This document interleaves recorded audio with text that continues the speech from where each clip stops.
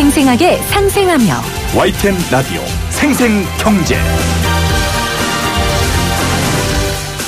안녕하세요. YTN 라디오 생생경제 김혜민입니다. 오늘도 폭염은 신기록을 세우고 있습니다. 올라야 할 일자리 수, 취업률, 경제성장률은 안 오르고 온도만 쭉쭉 올라가고 있는데요. 이렇게 더운 날 태양을 그대로 받고 일하는 분들도 많이 계십니다. 얼마나 힘드시겠어요. 그런데 그들도 부럽다고 말하는 분들도 많이 계십니다. 바로 일자리를 구하는 분들이죠. 정태호 청와대 일자리 수석은 오늘 자신의 이름을 걸고서라도 일자리 10만 개를 더 만들겠다고 했는데요. 정 수석은 연말이 되면 조선업 구조조정이 끝나 고용이 늘어날 수도 있고 자동차 산업에서도 개별 소비세 인하로 소비가 늘어 일자리가 증가할 것으로 내다봤습니다. 이렇게 더운 날에는 거짓말이라도 그냥 믿어버리고 싶네요. 속이라도 시원해지게요. 아, 그렇다고 정 수석 말이 거짓말이라는 건 아닙니다. 오늘은 최저임금 특집 2탄 문재인 정부 경제정책 고 스탑으로 함께합니다. 2018년 7월 27일 YTN 라디오 생생경제 지금 시작합니다.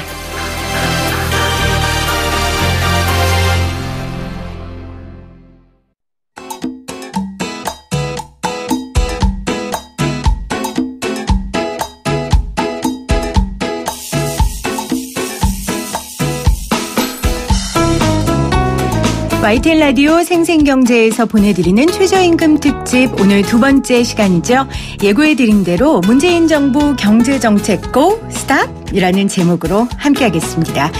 임기 내 최저임금 10,000원 달성은 소득주도 성장을 기치로 내건 문재인 정부의 페르소나 같은 것이었는데요. 결국 최저임금은 8,350원으로 결정됐습니다. 최저임금 인상을 우려했던 쪽에서는 이번 기회에 문재인 정부의 경제정책을 수정해야 한다라고 주장하고 있고요. 무슨 소리냐? 지금 이 정도 속도도 느리다. 더 박차를 가해야 한다라고 주장하는 쪽도 있습니다. 오늘 두 분 교수님 모시고 허심탄회한 이야기를 좀 나눠보려고 하는데요. 숙명여대 경제학과 신세돈 교수님, 서울대 행정대학원 박상인 교수님 두 분 모셨어요. 어서 오세요. 네, 안녕하세요. 반갑습니다. 안녕하세요. 네. 신 교수님이 연장자시죠? 그래서 억울합니다. 그래서 먼저 소개했습니다. 억울해하지 마시고요. 네, 괜찮죠, 박 교수님? 네. 오늘 신세돈 교수님과 박상인 교수님과 두 분과 말씀 나누려고 하는데요. 두 분 자주 보셨죠? 네. 네. 저희 YTN 라디오 생생경제에서 하는 토론은 팩트를 근거로 하되 너무 많은 숫자 혹은 어려운 경제 용어 이런 거 좀 피해 주시고요. 되도록 쉬운 언어로 제가 이해할 수 있게 잘 설명해 주시고요. 두 분이 서로 입장이 다르다라기보다는 중요하게 생각하는 그 관점의 차이인 것 같아요. 그런 부분에 대해서 좀 잘 나눠주셨으면 좋겠습니다. 보통 토론 프로그램 보면 조금 분위기를 편안하기 위해 서로 칭찬 한마디씩 하던데 날도 더운데 좀 한번 해보죠. 우리 연장자이신 네. 우리 선배님이신 신 교수님께서 먼저 우리 박 교수님에 대해. 그 개혁을 평생 공부하신 분이고 네네. 진정으로 우리 한국 경제가 한 걸음 더 성장하기 위해서는 꼭 필요한 게 개혁이다. 네. 비단 재벌 개혁뿐만이 아니라 저는 중소기업이나 민간 부분에도 그렇죠. 개혁해야 할 부분이 많다. 네. 박상인 교수님은 그 부분을 평생 공부하신 분이라서 앞으로 한국을 선진국으로 만들어 나가는데 이론적으로 굉장히 큰 기여를 하실 것이다. 네. 그렇게 어떻게 받으시겠습니까? 너무 과찬을 해주셔서 제가 어떻게 받아야 할지를 잘 모르겠습니다. 네. 말씀하신 것처럼 신세동 교수님하고 한 대여섯 차례 이렇게 토론도 같이 하고 했었는데 항상 연장자이심에도 불구하고 권위적이지 않으시고요. 네, 맞습니다. 그리고 열린 마음을 갖고 계시고 합리적이시고 그리고 좀 기분 나빠하실 만한 제가 도발적인 발언을 해도 아주 이성적으로 받아주셔서 항상 제가 감사하게 생각하고 있습니다. 네. 이렇게 두 분이 훈훈해지면 프로그램도 좋죠, 그렇죠? 꼭 토론이라는 게 냉정하게 서로의 주장만 내세우는 건 아니니까요. 오늘 이 분위기로 가겠습니다. 어제 문재인 대통령이 그 광화문의 한 호프집에서 시민들과 함께 퇴근 후에 그 호프 한잔을 하면서 사는 이야기를 듣겠다라고 했던 공약을 지켰습니다. 우리 신 교수님이 저희 프로그램 나오셔서 문 대통령 제발 현장에 나가 이야기 좀 들어봐라. 좀 이런 따끔한 질책을 하셨는데 우리 방송을 들은 걸까요? 작년 공약을 지키신 거니까 그건 아닐 테고 어떻게 보셨어요? 일단 만난 것을 보고 조금 놀라긴 했는데 그 참여하신 분을 보니까 그동안 못 만났던 사람들을 다 대표별로 자영업자 한 분, 네. 중소기업 한 분, 먼 한 분 이렇게 했더라고요. 그렇게 하실 것이 아니고 이제 이번 주는 자영업자만 한 7, 8명. 심층적으로, 네. 집중적으로. 그리고 다음 주는 여러 가지 보육원을 하는 분 이렇게 해서 대통령이 밑바닥에 있는 사람들의 의견들이 네. 어떤지에 대해서 생각을 듣고 하는 것이 필요한데 이렇게 여러 명을 모아가지고 한 번만 한 것을 보니까 아마 금년 말까지는 더 안 하실 것 같아요. 그래서 그러면 이게 쇼가 되는 것이다. 네. 저는 그래서 그 부분이 조금 걱정스러웠어요. 네. 박 교수님. 네, 대통령께서 광화문 대통령 시대 이런 말씀도 하셨고 한데 불구하고 사실 그런 일반 국민들과 만남의 시간이 별로 없었던 것은 사실 좀 유감스러웠었는데요. 다른 한편으로는 그동안 지난 1년을 생각해 보면 남북 문제라든지 네. 여러 가지 참 큰 문제가 많이 있었습니다. 그래서 시간을 지금까지 못 내셨는데 지금이라도 현장의 목소리를 직접 듣겠다고 말씀하시고 행동을 옮기신 거 굉장히 좀 높게 평가하고요. 그런 기회가 좀 더 많았으면 좋겠다고 말씀하신 신 교수님 말씀도 동의합니다. 네. 그리고 또 하나는 직접 듣는 것도 있지만 사실 대통령 자리에 계시면 여러 가지 정보 소스에서 이야기를 듣게 되세요. 민생에 대해서. 그런 이야기도 조금 더 이번 기회에 귀를 좀 기울여 주시면 좋겠다는 네. 생각입니다. 네. 자, 본격적으로 이 즐겁지만 않은 우리 경제 이야기 좀 시작해 보겠습니다. 현상 진단이 먼저일 텐데요. 일단 오늘 기획재정부가 올해는 전년보다 소폭 둔화된 2.9% 수준의 성장이 전망된다라고 밝혔습니다. 현재 한국 경제의 진단을 좀 들어볼게요. 신 교수님. 네. 세발 자전거가 있는데요. 네. 하나는 소비 바퀴. 하나는 수출 바퀴. 하나는 투자 바퀴. 이 세 바퀴입니다. 그런데 지금 세 바퀴 중에서 한 바퀴가 빠져버렸어요. 네. 그 바퀴가 투자 바퀴예요. 근데 그동안 달려오던 속도가 있으니까 소비라는 바퀴하고 지금 수출이라는 바퀴하고 요 두 바퀴로 2.9%가 2분기에 나왔어요. 그나마. 근데 우리 전문가들의 입장에서 보면 하반기에 지금 미중 무역 분쟁 강화되죠. 금리 인상되죠. 여러 가지 상황으로 보면 수출 바퀴도 곧 빠질 것 같아요. 네. 그러면 3분기 4분기 들어갔을 때 이제 바퀴는 딱 하나만 남죠.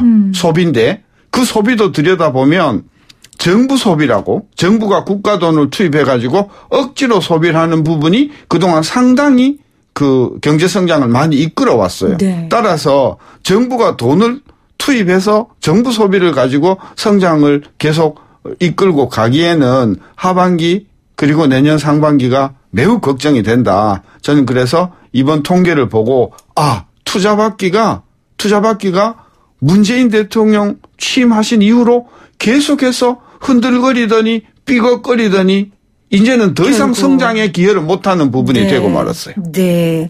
소비와 수출과 투자라는 이 세 바퀴로 달려오던 자전거에서 투자가 빠지고 수출도 곧 빠질 것 같고. 그렇습니다. 소비 바퀴도 지금 불안전하다 이렇게 말씀하셨어요. 우리 박상인 교수님은요. 네, 현상적으로 맞는 진단이라고 저는 생각하고요. 근데 이제 좀 더 구체적으로 또는 근본적으로 저희가 생각해 볼 필요가 있는데 저는 기본적으로 한국 경제의 당면 문제는 구조적인 문제라고 생각합니다. 네. 한국 경제가 지난 어떻게 보면 3, 40년 짧게 보면 10년 이상의 누적된 구조적인 문제를 가지고 있고요. 이런 구조적인 문제를 단기 대응식의 정책으로 네. 지속적인 그런 정책들을 계속 펴와서 사실제 정책 효과조차 없어지고 있는 단계에 갔다. 그래서 너무 조급하게 구지 말고 아까 전에 그 정태호 일자리 네. 수소 그 연말까지 10만 개 이런 말씀하셨는데 그게 초조감을 보여주는 거라고 생각이 되고 단기적인 목표를 제시해서 성과를 내겠다고 하면 할수록 사실상 정책의 신뢰도도 떨어지고 무리를 하게 된다. 지금은 근본으로 돌아가서 왜 우리 한국 경제가 이런 저성장의 국면에 들어갔고 왜 기업이 투자를 하지 않고 왜 소비가 일어나지 않고 왜 수출이 잘 안 되는가. 기본적으로 저는 구조의 문제, 그 구조 문제의 핵심은 제조업의 경쟁력 상실이라고 생각을 합니다. 네. 이 문제를 우리가 접근할 필요가 있다고 생각합니다. 저도 구조 문제는 전적으로 이제 동의를 하면서도 97년 IMF 터졌을 때 많은 전문가들이 구조의 문제라고 했어요. 네. 재벌의 문제라고 했어요. 그 당시 성장률은 마이너스 7%였었어요. 그런데 바로 그 다음에 성장률은 플러스 9%로 올라가요. 네. 그러니까 저는 재벌이나 우리 경제의 구조에 문제가 없다는 것은 아니나 지금 우리 경제가 구조를 개혁하는 것은 시간이 오래 걸리고 또 굉장히 그 많은 돈이 들어간 것인데 그것도 중요하지만은 당장 지금 600만 자영업 소상공인의 지금 경영이 어려운 상황이니까 네. 구조는 구조대로 하고 그다음에 소상공인 대책은 소상공인 대책대로 따로 이렇게 투 트랙으로 가야 된다. 그래서 박상인 교수의 그 구조개혁에 동감을 하면서도 그것 말고도 시급한 사항이 있다. 이제 그걸 강조하는 편이죠. 네. 네, 신 교수님 말씀 적으로 동의합니다. 그러니까 지금 두 가지 다 해야 된다는 것이죠.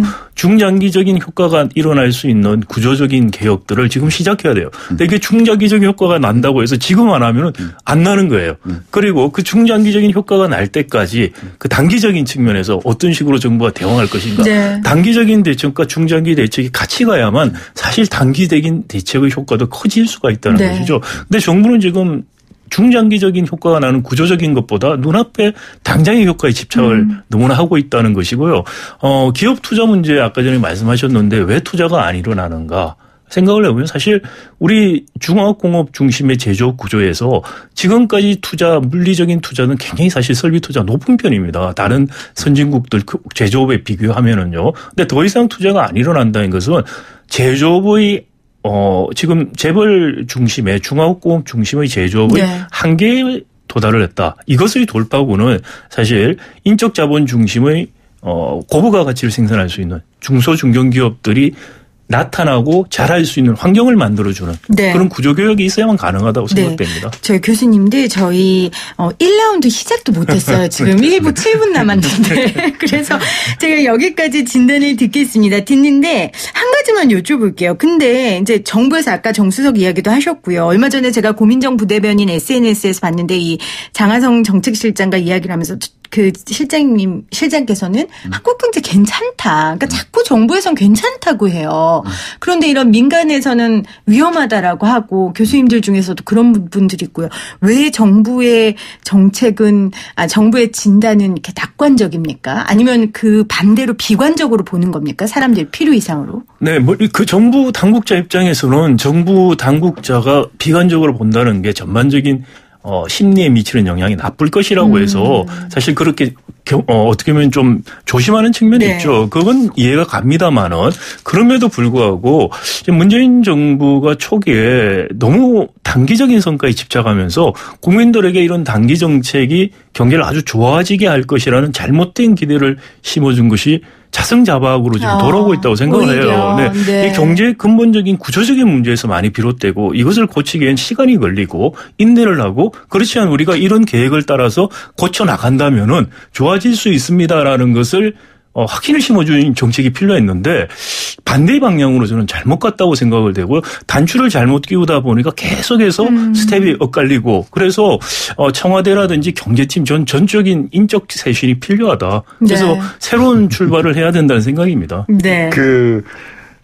정부 관료들은 부정적인 이야기를 못 해요. 그러니까 속으로 부정적이라고 판단을 하더라도 못 하는 게 마치 사기 암 걸린 아버지가 내일 모레 죽을지라도 내가 괜시마다 이야기를 못하는 그런 심리가 충분히 있는 네. 건데요. 나는 그것을 넘어서서 특히 이번 정부는 무엇을 잘 모르시냐 하면은요. 작년에 우리가 3.1% 성장 나왔잖아요. 근데 그게 전부 반도체 때문이잖아요. 근데 그 반도체는 1년 전서부터 삼성이 투자를 했기 때문에 온 거거든요. 그 작년에 3.1% 성장은 문재인 정부하고 아무 상관없는 결과란 말이에요. 네. 근데 그게 문재인 정부의 성과인 것 같이 자꾸 떠들었단 말이에요. 지금 정부가 정책을 내놓으면요. 그게 효과가 나고 성과가 나는 데는 최소한 1년 이상 걸리는 거예요. 네. 그래서 내년을 생각하고 지금 선제적으로 차곡차곡 이 성장 정책, 구조개혁 정책을 해야 되는데 정부도 매우 급한 거예요. 그냥 우물에 와서 숭늉 달라는 식인 것이죠. 네. 저는 정부가 너무 급하고 경제의 그 흐름을 제대로 모르는 사람들이 많다. 네. 오로지 하기는 노동운동만 한 사람들이 저는 정부에 많이 포진돼 있다. 전적으로 저는 경제 개혁해야 된다. 동감합니다. 자, 두 분의 의견의 일치를 본 거는 정부가 너무 근시안적인 해결책들을 내놓으려고 하고 있고 그게 결국은 본인들의 발목을 잡고 있다라는 진단을 좀 해주셨어요. 자, 본격적인 최저임금 이야기 해봐야 됩니다. 자, 1라운드입니다. 1라운드 최저임금 공약 실패? 노노 숨고르기.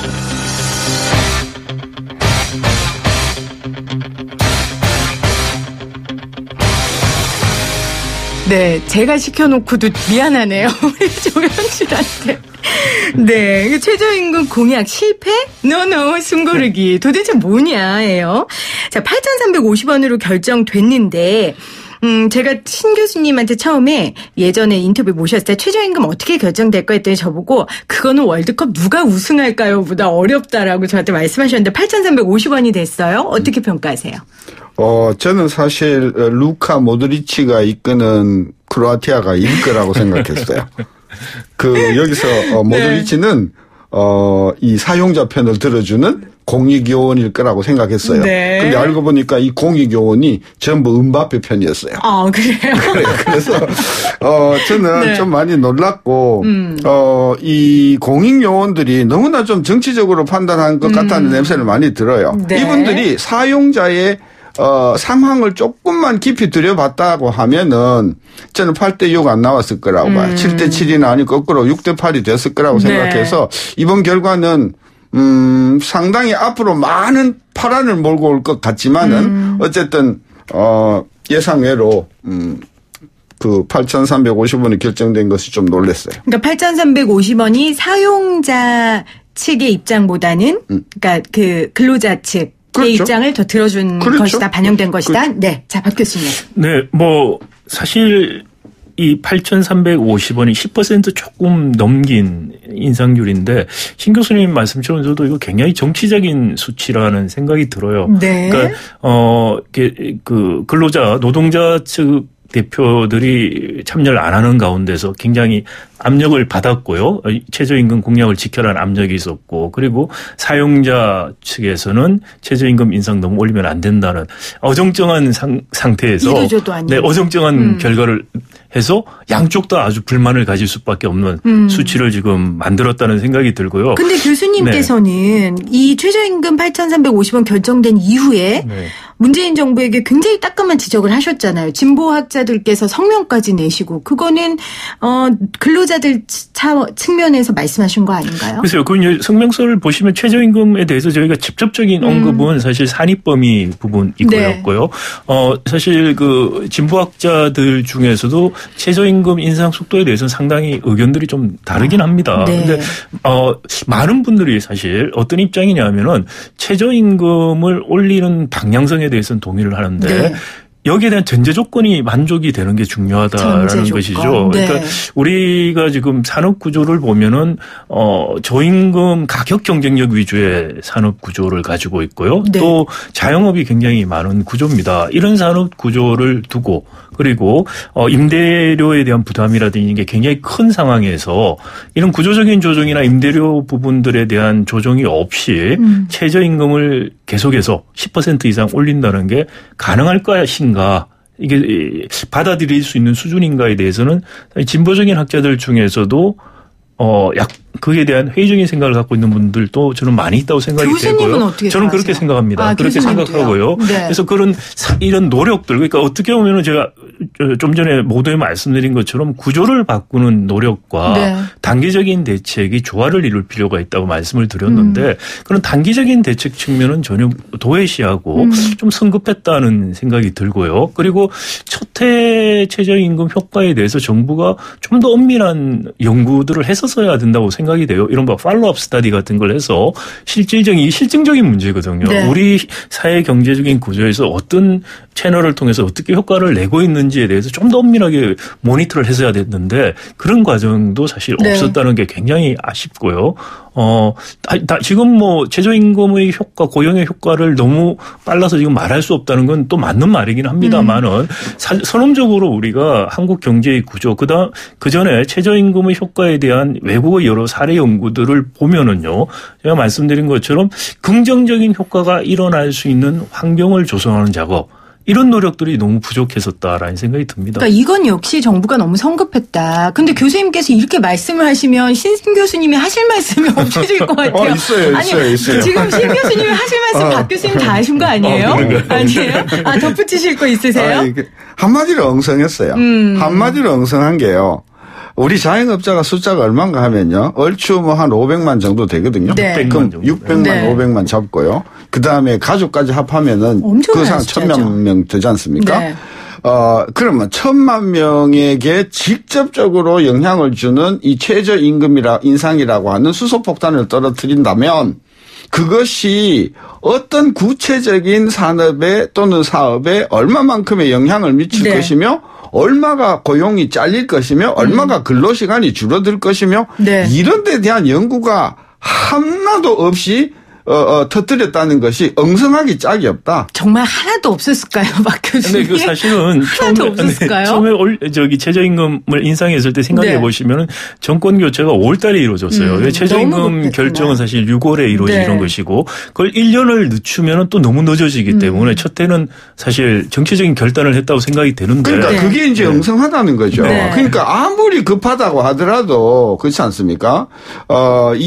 전 수소폭탄이라고 제가 표현하는 이유가 어쩌면은요, 최저임금 이거 2번 올리는 것 때문에 문재인 정부가 좌초할 수 있어요. 왜? 지금 1000만 명이 넘는 사람들이 영향을 받는 것 아니겠습니까? 그리고 이미 지지율이 지금 더 현저하게 떨어지고 있지 않습니까? 저는 그래서 이 문재인 정부 들어와서 경제팀을 하는 분들에게 저는 우리 기대를 많이 했지만 전혀 과학적이지 않다. 너무 정치적이다. 그리고 자영업을 하는 사람의 현상을 조금도 깊이 생각해 보지 않았던 경솔함이 있다. 저는 지금도 늦지 않았으니 전 이 부분에 있어서 동결을 하고 최소한 1년 동안 최소한 한 500명의 연구가가 붙어서 이것들이 어떤 영향을 미칠 것인가에 대한 분석과 대응 방안을 내놓은 다음에 2021년, 2022년에 가서 그 결과에 따라서 하자. 이게 이렇게 나가야 되는데 전 너무 성급했고 성급하다 못해 너무 엉성한 부분이 있다. 그리고 그 정치적인 뭐랄까요. 책임 결과는 앞으로 지지율과 실제 경제 성장률과 일자리에서 아주 숫자로 드러날 것이다. 경고합니다. 저기 한 가지 제가 좀 덧붙여서 말씀을 드리자면은 이게 사실은 문재인 정부의 소득주도 성장이 과연 무엇을 의미하는가, 또 이제 소득주도 성장, 혁신성장, 공정경쟁이라는 세 가지를 아우르는 전체 정책이 무엇을 의미하고 이게 어떻게 조합이 될 것인가에 대해서 지금까지 사실 어떻게 보면은 소득주도 성장 중에서 최저임금 부분만 너무 부각이 됐다는 것이고요. 그건 정부 쪽에서도 사실 그걸 너무 내세운 측면도 있고요. 근데 소득주도 성장이나 포용성장 요즘 뭐 이야기가 많이 나옵니다만은 이게 소득주도 성장을 주장하시는 많은 학자들 중에서도 많은 분들이 최저임금만이 유일한 수단이 아니다. 근데 정부가 너무 어떻게 보면 최저임금을 너무 강조하다 보니까 마치 그게 유일한 수단이고 유일한 정책처럼 오해를 받고 있는 부분이 있다. 그게 좀 어떻게 보면은 많은 뭐라고 할까 나쁜 결과가 있는 것 같이 언론에 의해서도 어떻게 보면 좀 과장되게 문재인 정부의 경제 정책이 소득주도 성장 최저임금 인상 하나뿐이고 소득주도 성장이라는 것은 최저임금 인상뿐이다라는 잘못된 인식을 좀 심어주고 있는데 그건 아니라는 생각이 들고요. 정부 안에서도 그렇고 소득주도 성장을 지지하는 학자들 중에서도 그 부분은 경계해야 되고 지금부터 좀 국민들에게 잘못된 인식들을 좀 바꿔줘야 된다. 그런 이야기들도 있다는 걸 말씀드리고 싶습니다. 자, 1라운드를 마무리해야 돼요. 그럼 간단하게 대답해 주세요. 최저임금 공약 실패? 노노 숨고르기. 어떤 거 택하시겠어요? 아직은 실패라고 단정할 만한 결과가 나오지 않았지만 하반기 내년도에 가면 이것이 실패구나라고 하는 생각을 할 그런 뒷받침되는 통계들이 많이 나올 것입니다. 알겠습니다. 네, 최저임금 그 인상 2020년이죠. 그건 사실 불가능해졌습니다. 그런 면에서는 공약을 지키기 어려워졌다는 것이고. 대통령도 사과하셨고요. 맞습니다. 그러면 차제에 최저임금 인상의 속도 그리고 어떤 방향으로 다른 정책과 조합을 이룰 것인가 네. 거기에 대해서 정부가 네. 대답을 내놔야 된다고 생각합니다. 네, 자, 두 분 회초리를 매섭게 드셨습니다. 이제 2부에서는 상처 위에 발라질 대책도 좀 듣도록 하겠습니다. 저희는 잠시 후에 다시 올게요.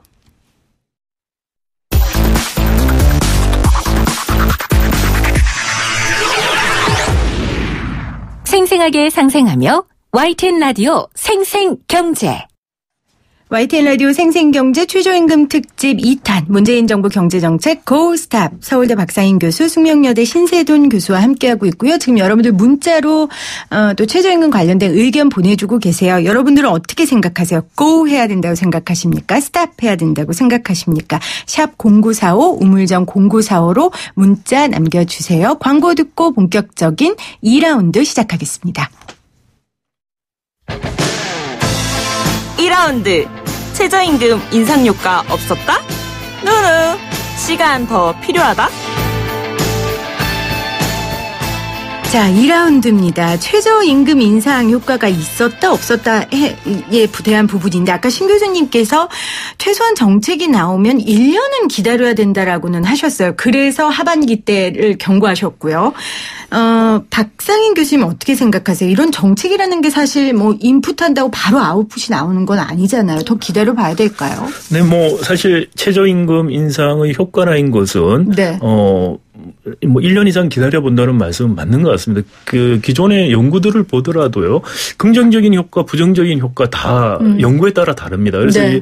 최저임금 인상의 효과는 실증적인 문제다 저희가 그렇게 부르죠. 근데 이제 실증적인 문제라고 말을 하는 것은 그 사회의 경제적인 구조, 유인 체계가 어떤가에 따라서 다른 결과를 낼 수가 있다는 네. 것이죠. 그걸 또 다시 말을 하자면은 긍정적인 효과를 낼 수 있는 방향으로 구조적인 부분들을 맞춰나가야 될 필요가 있다는 의미입니다. 그래서 최저임금의 효과가 결국 긍정적으로 날 것이냐 안 날 것이냐는 저는 앞으로 향후에 정부가 어떤 정책을 하느냐에 달려있다라고 그렇겠죠. 생각이 됩니다. 네.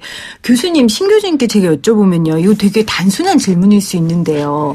그 주 5일제 할 때요. 사람들이 막 주 5일제 하면 우리 한국 경제 망한다. 막 이런 말 되게 많이 했는데 안 망하고 저는 주 5일제 없었으면 어떡하나. 막 이렇게 직장생활 하거든요. 최저임금도 그럴 수 있는 거 아닐까요? 지금은 막 다 힘들다고 해도 나중에 지나고 보면 제가 너무 단순한 생각일까요?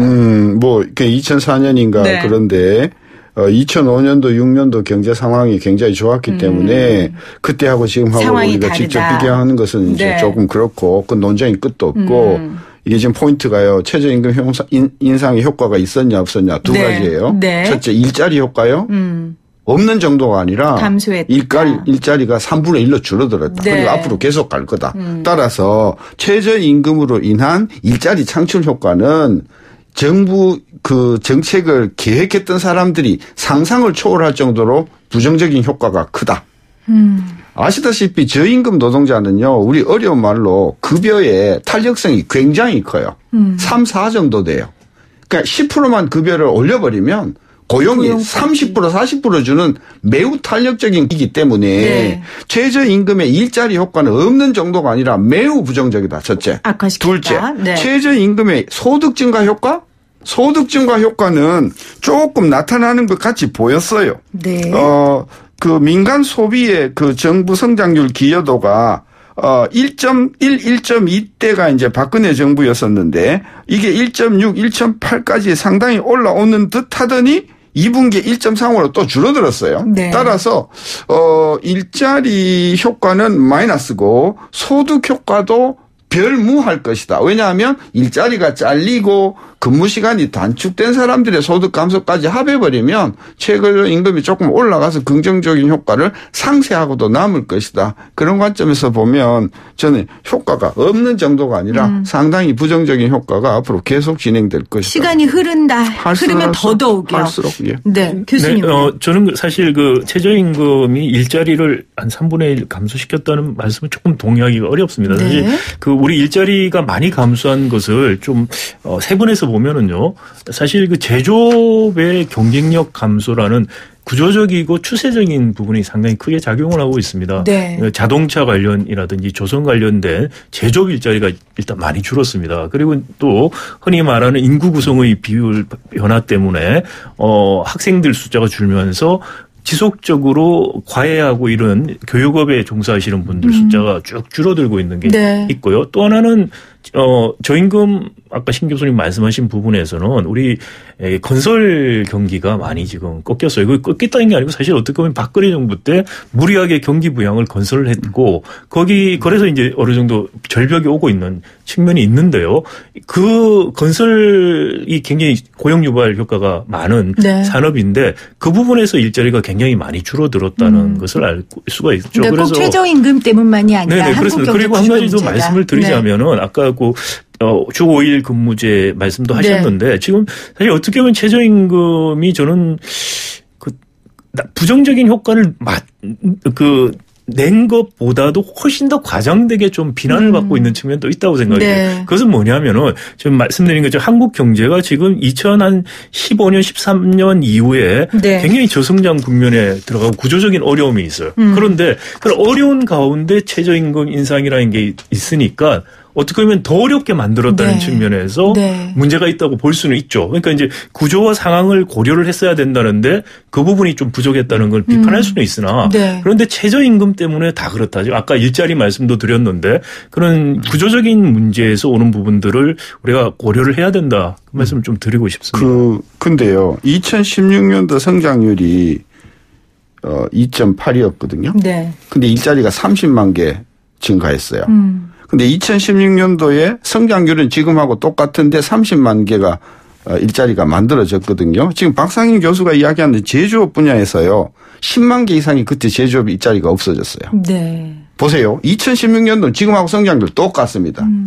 근데 일자리 30만 개 만들어졌고 지금 10만 개입니다. 제조업요. 2016년도 굉장히 안 좋았습니다. 수출 부진 때문에. 거기서 10만 개 이상 일자리가 없어졌어요.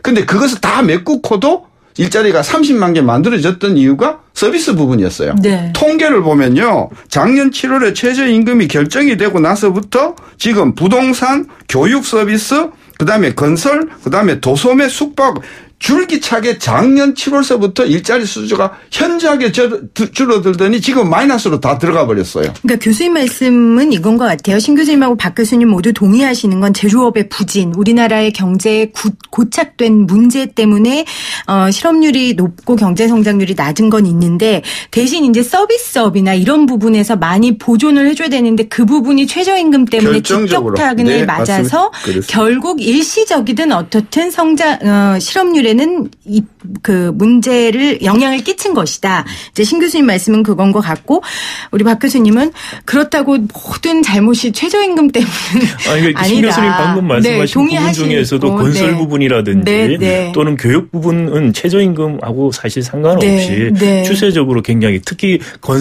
박근혜 정부 때 건설 경기 부양을 했고요. 그다음에 재정도 많이 지출을 했었어요. 그래서 공공적인 일자리도 키웠고요. 지금도 사실은 공공지출 때문에 일자리를 많이 늘려서 네. 상쇄시켜주는 부분도 있습니다. 그거는 같은데 아까 교육 부분, 건설 부분 같은 거 다르다는 것이고요. 그다음 제조업 부분 일자리 확 나빠지는 것도 조선 그때 2016년 많이 했었습니다. 여전히 가고 있습니다. 지금 자동차라든지 철강 다른 산업으로까지 퍼지고 네. 있다는 것이죠. 네. 그런 구조적인 요인에 의한 부분들을 고려해야지. 그것도 이걸 뭐 도수매라든지 음식 같은 것들은 네. 이제 최저임금 관련된 부분이긴 합니다. 근데 네. 그것도 어떻게 보면은 그런 효과가 있습니다.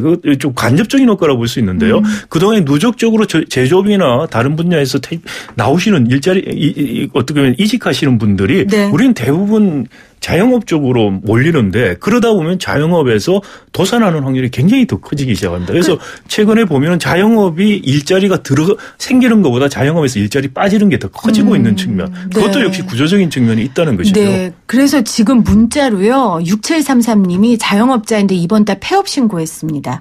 장사할수록 손해였습니다.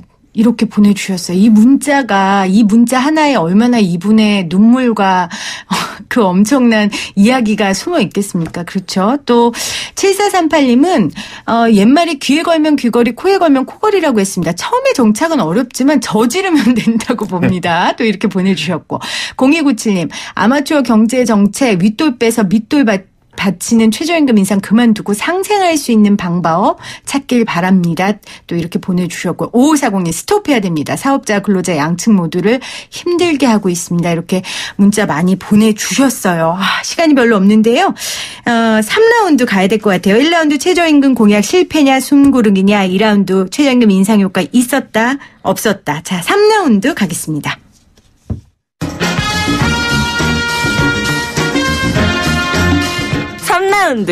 소득주도 성장 고 노노 스탑.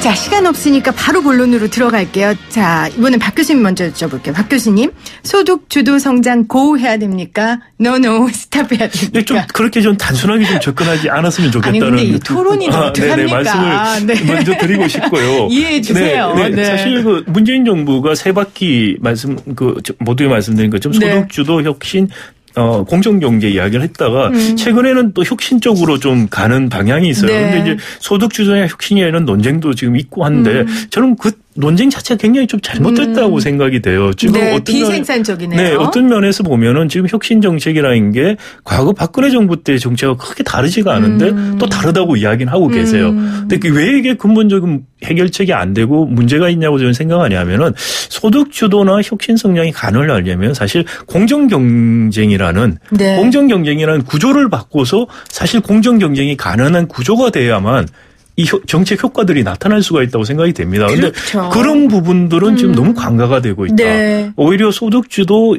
최저임금, 혁신성장 이런 쪽으로만 너무 관심이 가서 이런 것들이 정말 가능하게 되는 공정경쟁, 그것을 위한 재벌개혁, 재정개혁, 복지개혁, 노동개혁 같은 이런 부분들을 너무 간과하고 있다. 참 저는 유감스럽게 생각하고 있습니다. 그러니까 박상인 교수님을 비롯한 이제 여러 개혁을 부르짖는 진보 경제학자들이 주장하는 게 바로 이거거든요. 그러니까 단기간의 성장이나 대안을만 제시하지 말고 그동안 못 해왔던 거. 그동안 다른 정부가 손대지 못했던 거 하라는 거잖아요. 그렇죠. 근데 그게 이제 여러 사람들도 걸려 있고 지지율에 문제도 있고 이러니까 못하는 건가 봐요. 지금 대통령 지지율 이렇게 높은데. 네, 할 수 있을 때 해야 되죠. 안 하고 그러면 자꾸 단기적인 게 매달려서 지금 지지율이 반등될 거라고 저는 생각되지 않습니다. 결단이 필요하다고 생각이 돼요. 지금 당장의 지지율, 2년 후의 총선, 이런 단기적인 정치적인 계산을 통해서 단기적인 목표를 가지고 정책을 하면은 오히려 실패할 것이다. 지금 좀 큰 역사적인 맥락에서 볼 필요가 있고 문재인 정부가 촛불 시민혁명으로 들어온 정부입니다. 정치적인 사회적인 문제뿐만이 아니고 경제적인 구조도 획기적으로 좀 바꾸자. 과거에 박정희 개발 체제를 정말 공정하고 혁신이 일어날 수 있고 그리고 다 같이 잘 살 수 있는 그런 경제체제로 바꾸자는 건데 그렇게 바뀔 수 있는 구조적인 개혁 이것들을 안 하고 사실 희망이 없는 것이죠. 그래서 대통령께서 좀 그런 큰 결단을 하셔야 될 때가 됐다라는 생각입니다. 네. 교수님 어떻게 생각하세요? 그럼 교수님 단순하다고 또 혼내실지 모르겠지만 그래도 물어볼래요. 소득주도 성장 고 노노 스탑. 소득주도 성장이 뭔지 모르겠어요. 모르겠어요. 그래서 고 해야 될지 스톱해야 될지는 모르겠어요. 그러나 최저임금 정책이라고 하면 여기서 스탑해야 돼요. 여기서 엔진을 끄라는 이야기가 아니고 여기서 파킹해 놓고 한 1년 정도 경제를 봐가면서 경제가 잘 가면 그때 조금씩 1단 2단 기여를 넣어서 가면 되는 것이다. 저는 그래서 소득주도 성장은 아마 이걸 주도하는 사람도 뭐가 뭔지는 모를 것 같아요. 저도 모르지만. 저는 그래서 이 부분에 대해서는 뭔지 모르겠다. 그러면 교수님 제가 이렇게 여쭤볼게요. 박 교수님이 계속 지금 말씀하시는 구조적 개혁을 해야 한다. 그러면 교수님이 꼽는 우리나라의 구조적 개혁은 무엇입니까? 왜냐하면 계속 지금 진보 경제학자가 주장하시는 건 구조개혁이니까요. 좋습니다. 네. 근데 한 가지만 꼽아주시면 한 가지만요. 한 가지만 하셔야 돼요. 우리 중소기업들이 너무 경쟁력이 없지 않습니까? 너무 영세하지 않습니까? 한 5개에서 10개의 중소기업을 유사한 업종에 있는 중소기업을 묶어서 네. M&A를 하자는 겁니다. 정부가 막대한 자원을 통해서 설비와 기술과 인적 교육에 투입을 하자는 겁니다. 1년에 50조 정도를 해서 앞으로 한 5년 정도 150조 이상을 투입할 생각을 하고 중소중견기업의 경쟁력을 확고히 올릴 수 있는 그것을 저는 구조개혁이라고 합니다. 근데 신 교수님이 말씀하시는 건 정책 아닐까요? 지금 박 교수님이 말씀하시는 개혁과는 좀 결이 다르지 않습니까? 그런데 뭐 중소중견기업 고부가 가치 중소중견기업 중심으로 경제구조가 바뀌어야 된다는 건 아마 저하고 생각을 같이 하시는 것 같은데요. 네. 그것을 정부가 육성정책으로 저는 할 수 있다고 생각이 되지는 않고요. 혁신이 일어나기 위해서는 혁신의 기회와 유인과 금융이 있어야 됩니다. 금융은 지금 돈이 많이 있어요. 근데 네. 우리가 혁신의 기회와 유인이 없다는 겁니다. 재벌의 경제력 집중을 해소해줘야만 기회가 생기고요. 네. 그리고 기술 탈취를 막아줘서 유인을 만들어줘야 합니다. 거기서 지금 말씀하신 정책적인 푸시가 가야지 효과가 있는데 기회와 유인이 없는 구조를 두고 그런 공급적인 측면에서의 푸시, 정책 푸시는 역시 여전히 효과를 내기 어렵다. 제 말이 그 말입니다. 금융과 민간 부분에 유용한 자원들이 많기 때문에 그것을 세제상이나 제도적으로 틀어줘서 이것들이 중소중견기업에 중장기적으로 투자될 수 있는 틀을 만들어주고 네. 그리고 이 사람들에 대한 인적 교육이나 이런 것을 통해서 중소중견기업의 경쟁력을 독일이나 스위스의 중견기업과 같은 정도로 끌어올리는 것 네. 최소한 5년에서 10년 정도의 계획을 하는 것 저는 제가 말하는 구조개혁은 그겁니다. 네, 그러니까 대기업에만 몰려 있었던 그런 여러 가지 정책들을 좀 중소기업들에게 집중적으로 함께 해줘야 된다는 그게 결국 구조개혁이라는 말씀이신가요? 네, 제가 이제 신 교수님 그 정책적인 지원이 효과를 발휘하기 위해서는 제가 말씀드린 재벌 개혁이 필요하다는 것이죠. 그렇죠. 기회와 유인이 있는 네. 그런 개혁. 그래서 신 교수님도 그 부분 제가 말씀드린 부분도 앞으로 좀 많이 강조를 해 주시면 네. 좋겠다는 그러니까 말씀드립니다. 박 교수님 말씀은 신 교수님이 말씀하신 그게 되려면 네. 재벌 개혁이 선결돼야 된다. 선결돼야 된다. 네, 맞습니다. 이제 최저임금 소득주도 성장도 마찬가지 제가 말씀을 드리는 것이고요. 과거에 낙수 효과가 막혔던 이유, 분수 효과가 안 일어나는 이유가 뭐냐? 구조가 그대로이기 때문입니다. 네. 낙수도 일어나고 분수도 일어나려고 하면은 기회와 유인이 있어야 되고 금융이 있어야 됩니다. 근데 기회와 유인이 없는 구조예요, 지금 우리 구조가. 네. 이걸 바꿔주는 게 가장 시급하고도 필요한 것이다라는 말씀을 꼭 드리고 싶습니다. 자, 한 말씀씩 하실 기회를 더 드리도록 하겠습니다. 우리 신 교수님 먼저 한 말씀 정리하신다면요? 지금 현장 경제가 매우 좋지 않다. 그리고 현장에서 현업에 계시는 분들하고 대통령이 그렇게 한 달에 한 번씩 이렇게 만나는 것으로 부족하다. 이제 상당히 경제가 어려운 부분을 임명하시고 네. 경제팀을 전격 교체를 하셔서 기업인들이 이런 팀이면 이렇게 기대를 가질 수 있는 팀으로 전격 교체하는 것이 매우 필요하다. 전격 교체하시라고 말씀하셨습니다. 우리 박 교수님. 네. 대통령 결단이 필요하다고 말씀하시는데 저는 전적으로 동의를 합니다. 네. 한국 경제의 현실에 대해서 좀 냉정하게 판단해 볼 필요가 있다. 네. 경제에는 왕도가 없습니다. 정도만이 있을 뿐이라는 것이죠. 그 정도를 가는 길은 어렵고 시간이 걸릴 수는 있습니다. 그러나 왕도를 찾다가 잘못된 길로 가면 돌이킬 수 없는 수렁에 오히려 빠질 수가 있다는 것이죠. 정부가 길을 찾는 노력을 네. 의지가 있으면 길을 찾을 것이고요. 의지가 없으면 핑계를 찾을 거라고 생각합니다. 재벌개혁 공정거래법 전문 개정 제가 최근에 논의를 보면은 과연 길을 찾고 있나 핑계를 찾고 있나 이런 생각이 듭니다. 네. 길을 찾고 있다고 확신을 좀 주실 수 있도록 대통령께서 인적 쇄신 정책 쇄신을 좀 하실 필요가 있다고 생각이 듭니다. 네, 오늘 YTN 라디오 생생경제 최저임금 특집 2탄이었는데 여러분들 문자 많이 보내주셨어요. 제가 다 소개 못하는 것 여러분들 이해해 주시고요. 이틀에 걸쳐서 최저임금에 대한 논의했습니다. 끝난 게 아니라 앞으로 계속될 것이고요. 우리 신 교수님이 또 경고도 해주셨는데 앞으로도 이 문제를 우리가 지켜보고 계속 살펴봐야 될 것 같습니다. 함께해 주신 두 분 감사드립니다. 네, 감사합니다. 고맙습니다. 네.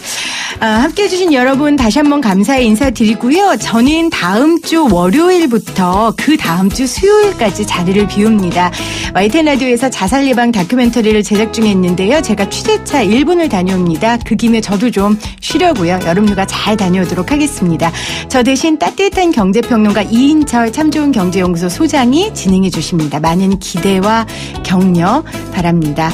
여러분들 뜨거운 여름 잘 나시고요. 저도 충전해서 더 생생하고 더 상생하는 경제 이야기 들려드리도록 노력하겠습니다. 이 프로그램은 방송통신위원회의 방송통신발전기금을 지원받아 제작하고 있고요. 포스코와 함께합니다.